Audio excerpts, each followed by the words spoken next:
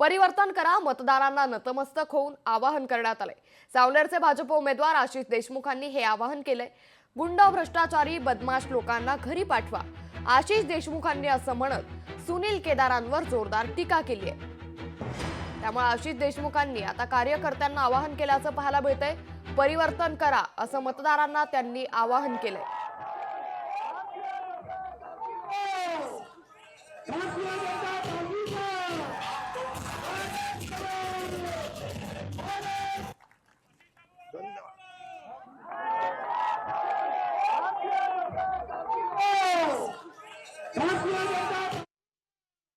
आजूबाजूले गुंडे ठेवू आणि गाड्या दौडून दबाव कधी टाकणार नाही।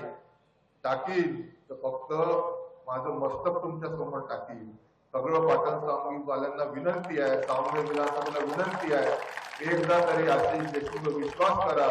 तुमच्या समोर साष्टांग लोटांगण घालून तुमचा विकासाचं कार्य करीन, कुठेही दबाव टाकणार नाही।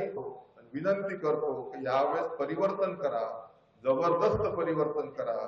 फायदा हा नक्कीच आपला व तुमचा सगळ्यांचा झाल्याशिवाय राहणार नाही। आणि या चोराले, बदमाशाले, गुंडाले, भ्रष्टाचाराले कायमचा घरी पाठवा एवढी विनंती करतो।